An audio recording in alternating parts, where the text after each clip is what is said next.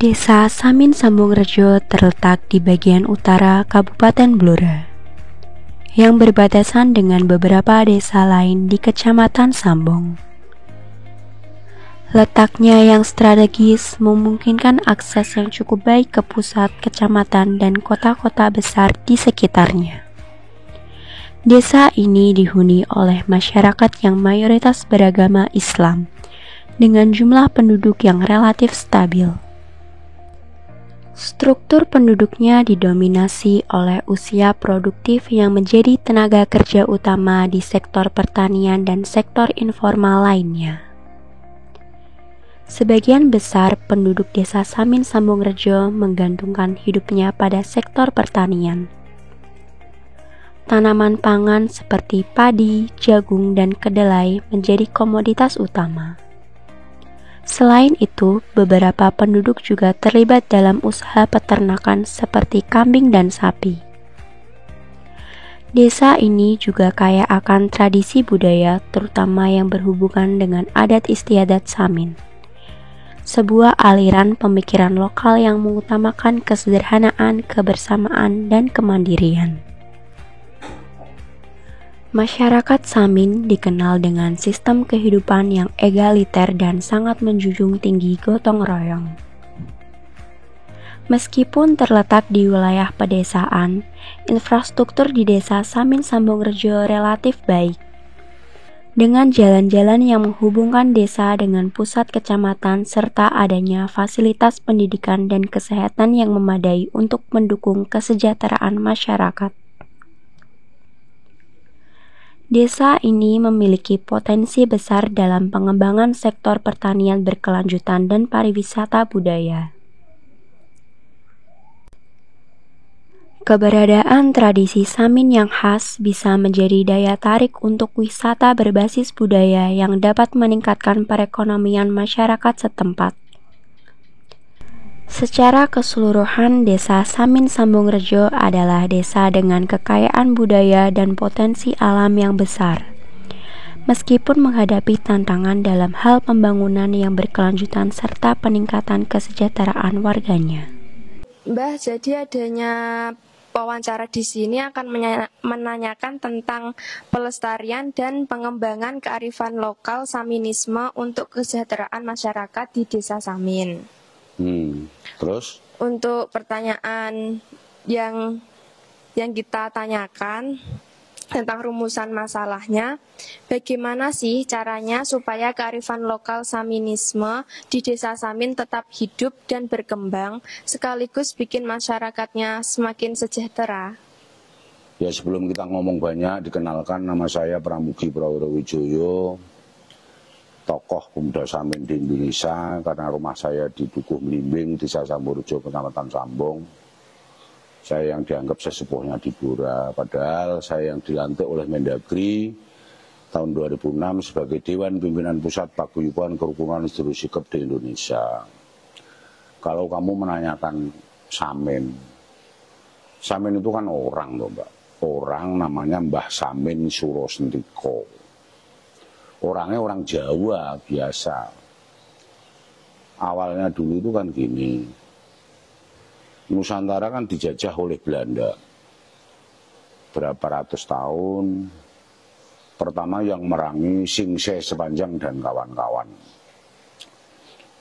Singse Sepanjang itu keterpaduan dari Cina, Singkek, Bungbei melawan Belanda itu. Kalah. Berapa puluh tahun kemudian Pangeran Ngebei dan kawan-kawan melawan Belanda, kalah dengan Belanda. Terakhir berapa puluh tahun kemudian Pangeran Diponegoro dan kawan-kawan kalah juga dengan Belanda. Akhirnya bahasa Jawa mengatakan ana ratu linggar saka praja Kusuma Mimbo Sudra nganggo jeneng samaran Samin Surosentiko. Beliaunya membuka agenda ajaran Jawa kuno namanya sikep itu. Ajaran sikep itu maksudnya manusia hidup di dunia itu isinya harus jangkep. Kalau isinya jangkep, tahu salah dan benar, baik dan jelek, kasar apa halus, ogol atau lembut. Jadi kita hidup di dunia itu nggak silo. Artinya kalau ada orang salah tidak boleh disudutkan, disalah-salahkan. Kalau ada orang jelek tidak boleh disudutkan, dijelek-jelekan. Mengapa terjadi demikian? Karena orang yang baik pun bisa juga jadi jelek. Orang jelek bisa jadi baik. Orang salah pun kadang-kadang disudutkan. Orang salah pun bisa jadi benar. Wong yang benar pun bisa jadi salah. Makanya kita hidup berbangsa dan bernegara itu kita bangun kerukunan, kebaikan dengan siapapun. Kita tidak membeda-bedakan. Makanya orang yang gabung ajarannya Mbah Samin Surandika dibilang sedulur sikap. Akhirnya menentangnya sama Belanda tidak pakai kekerasan. Disuruh kerja bakti nggak mangkat, dihukum seminggu mau. Disuruh Jogorondo nggak mangkat, dihukum seminggu mau. Disuruh bayar pajak nggak bayar, dihabisin bandanya mau, nggak apa-apa. Misalnya saya ditanya, dari mana Gi? Dari belakang. Jangan sampai kita mengatakan kita dari Cepu, diintek no kamu. Pramugi dari Cepu apa itu? Ya kan? Nah, saat itu tuh yang buat rumor, itu bangsa kita sendiri. Orang NU, bukan NU Nahdlatul Ulama loh. Nunut Urip.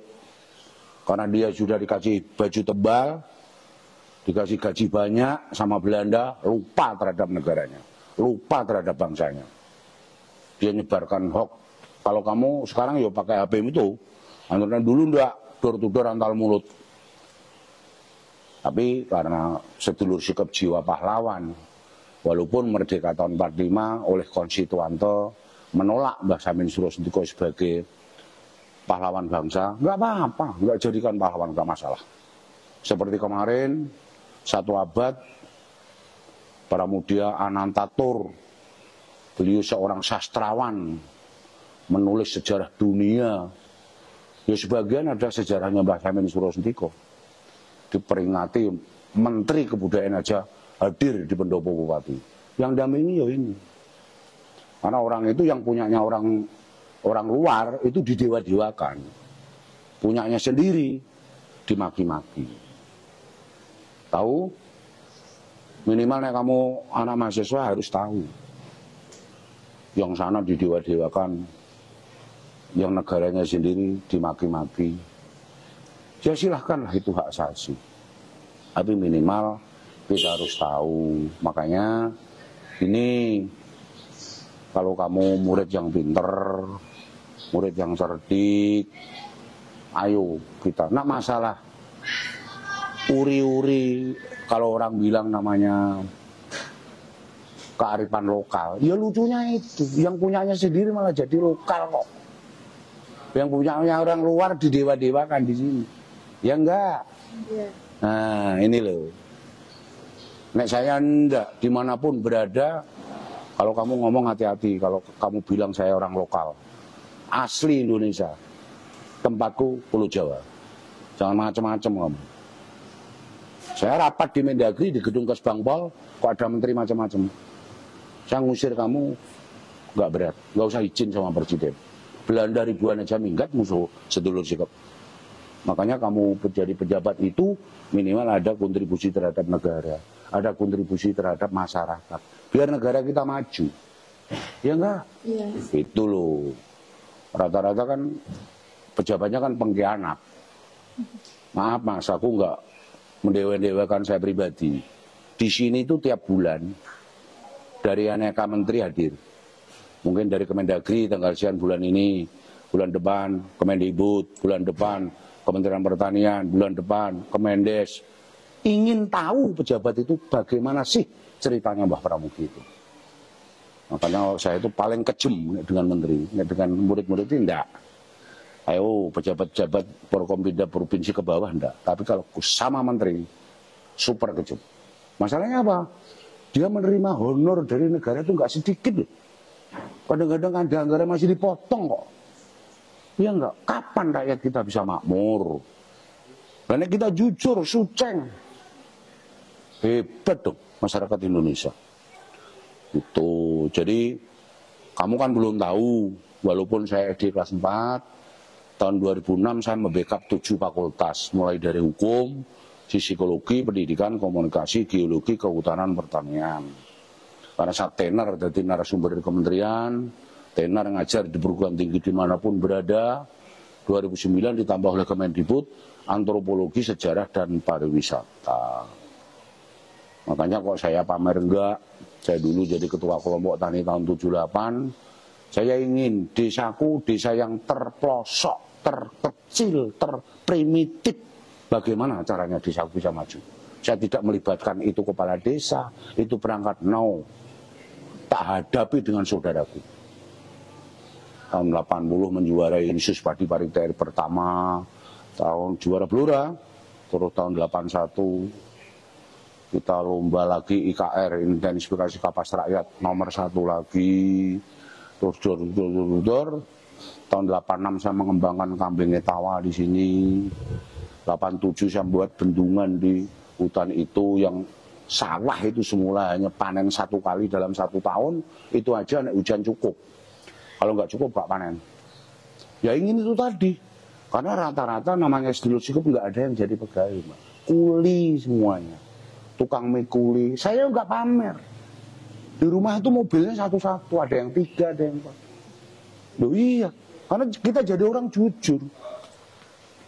Kerja dengan apapun jujur, dengan saudaranya yang rukun, dengan siapapun yang baik itu.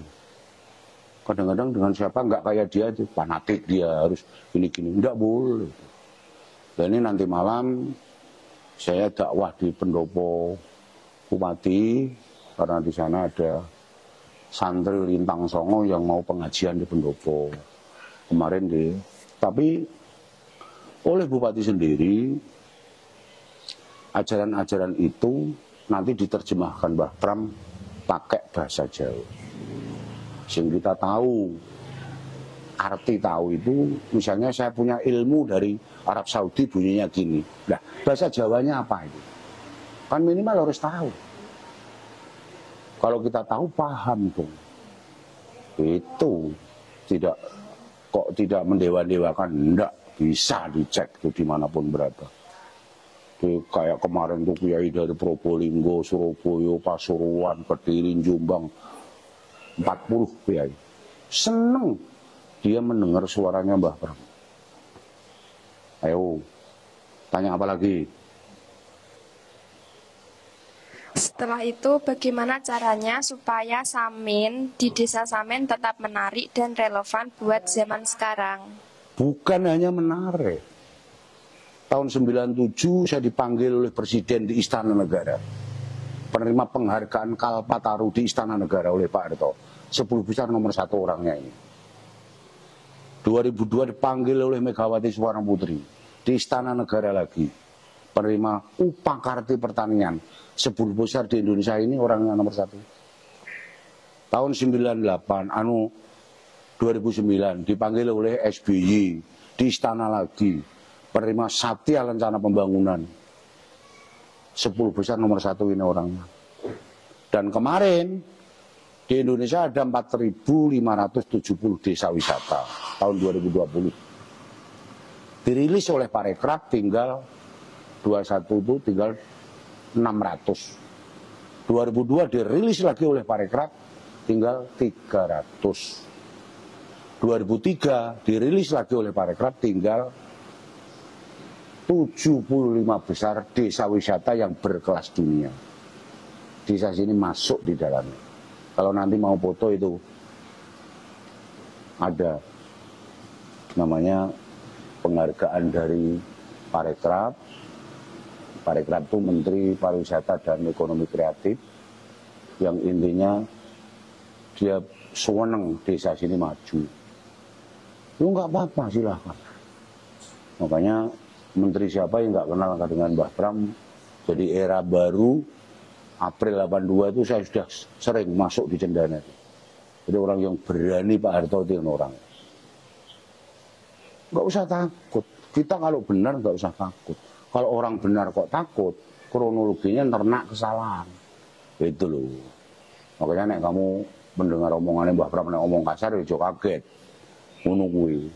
Masalahnya ceritanya Mbak ini kan Mbah Pram kan ora turunane bangsa halus, mulane kasar, gitu. Itu dari bangsa halus ki ora wedi kan gitu. Mungkin ada lagi? Apa aja sih potensi Samin di desa Samin yang bisa dimanfaatkan untuk meningkatkan ekonomi masyarakat? Dulu yo tidak potensi, Mbak. Gudangnya potensi. Iya toh. Kita makan tiap hari menanam. Ayo, yang nggak nanam beli lah. Ya. Nah sini nggak ada dong. Itu jagung, itu padi, itu ketela, itu singkong punya. Ya justru andalannya petani di Indonesia itu rata-rata orang kampung dong. Makanya kemarin ada gerakan penanaman serentak jagung 1 juta hektar oleh Kapolri. Yo di sini itu di Pasar Sore. Pendampingnya yo ini. Karena saya petani yang sejak kecil itu orangnya kayak gini tuh. Ayo program apapun. Karena saya juga pengurus KTNA nasional. Yo koordinator KTNA Provinsi Jawa Tengah. Yo ketua KTNA Kabupaten Burau. 31 tahun Mbak ketua Kabupaten Burau. Ini kemarin mengundurkan diri karena saya sudah tua. Tapi saya masih merangkap di LMDH dan sebagainya. Sampai sekarang itu stempelku yang aktif itu 22 stempel. Ngecek piye engko ndelok. Kuwi nek mbok gadhe tas kuwabe mbok anu, kowe dereki bakul stempel. Iya, lho ora kira. Ayo, tanya apa lagi? Samin itu sebenarnya berpengaruh apa saja kesejahteraan warga desa Samin? Wah, pengaruhnya gede, Mbak. Mulai faktor kejujuran, faktor kedisiplinan, kerukunan. Kamu pernah dengar? Pernah. Dengar apa? Ada cerita gini Mbak, kalau ada warga itu kayak minta sesuatu ke orang, kayak saya minta ke ini ya Mbak, itu orang ini harus ngasih ke saya Mbak. Gimana? Kayak saya minta sesuatu lah ya Mbak, jamnya ini. Nanti ini harus ngasih jamnya ini ke saya nggak Mbak? Jaminan? Jam ini loh Mbak, jam. Oh.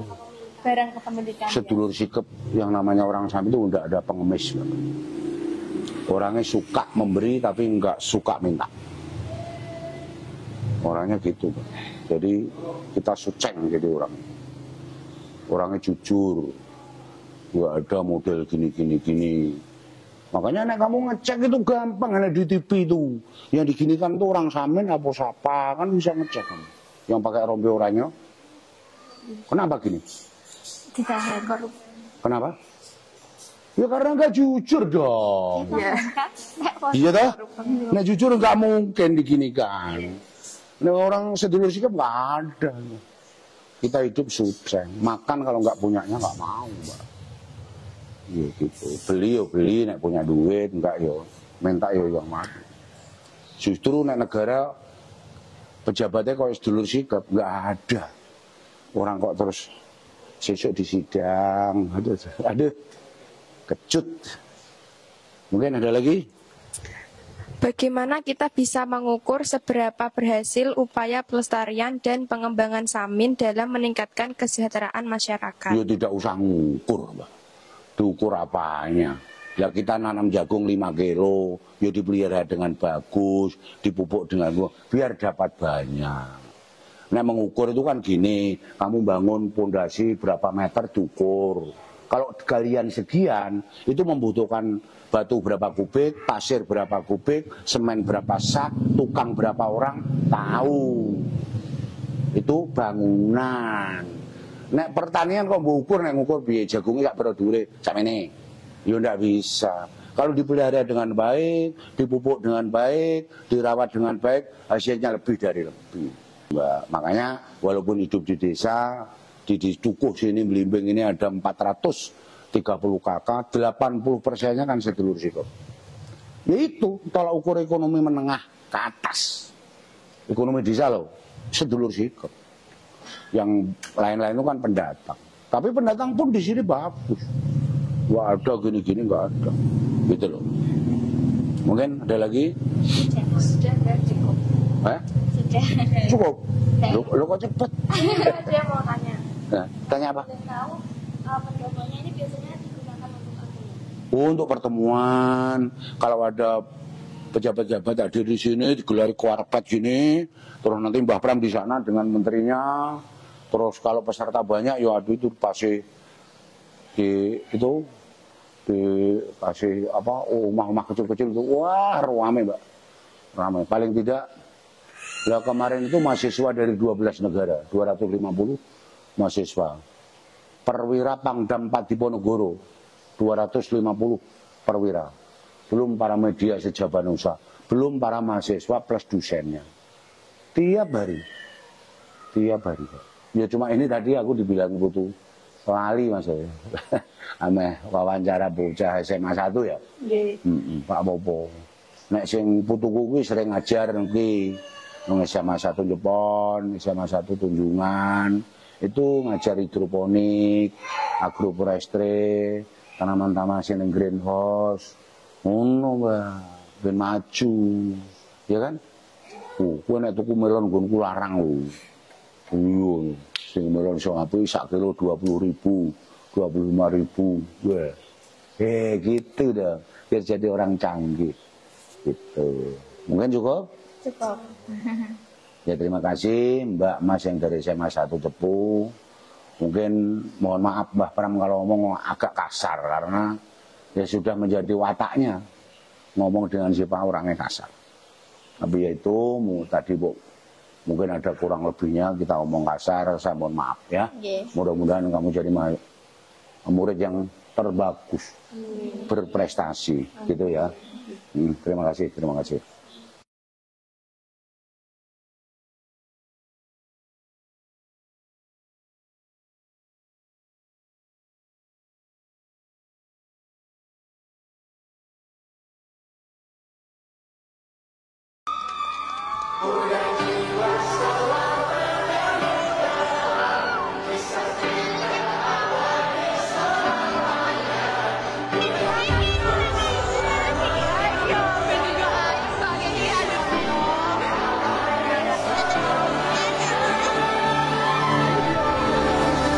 Masihkah kau mengingat di saat kita masih 17?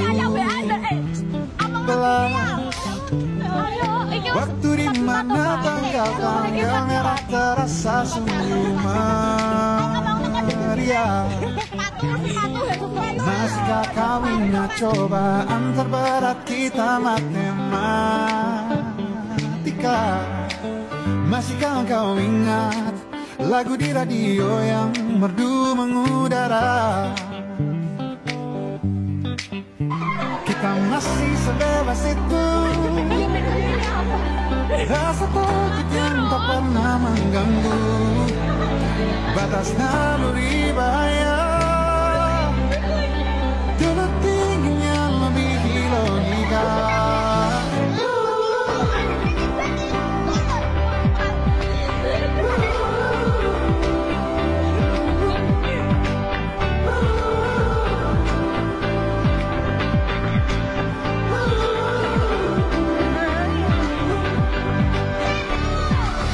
Putaran bumi dan waktu yang terus berjalan menempa kita. Walau kini kita terpisah, namun jiwaku tetap di sana. Oh, di masa rasa takut yang tak pernah mengganggu, masa naluri bahaya,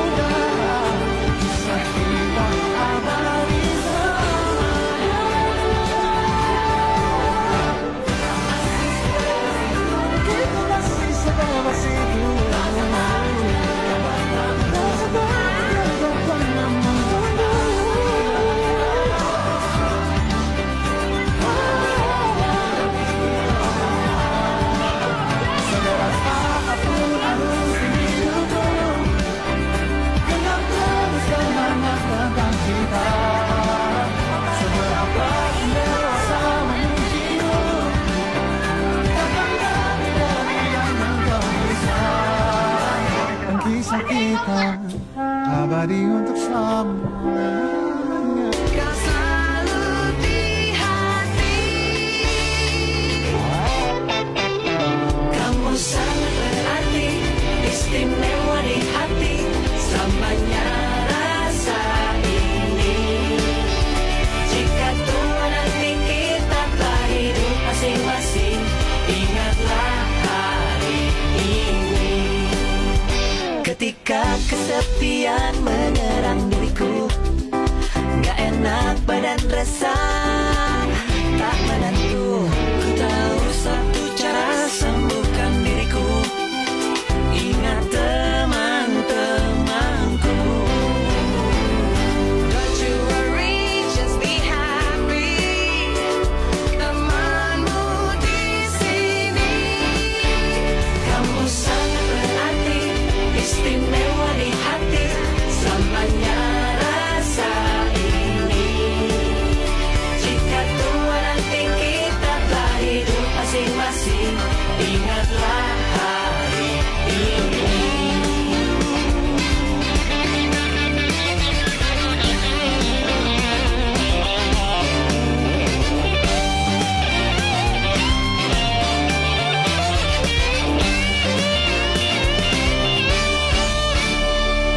Don't you worry, don't be angry. Mending happy. Kamu sangat berarti, istimewa di hati. Selamanya rasa ini. Jika tua nanti kita telah hidup masing-masing, ingatlah hari ini. Kamu sangat berarti, istimewa di hati. Selamanya rasa ini. Jika tua nanti kita telah hidup masing-masing, ingatlah hari ini. Ingatlah hari ini. Ingatlah hari ini.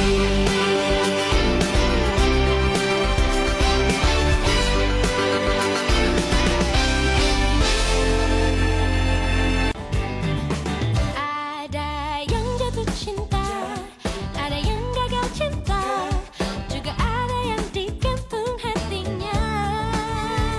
Oh, tapi kita tak peduli, susah senang di hati.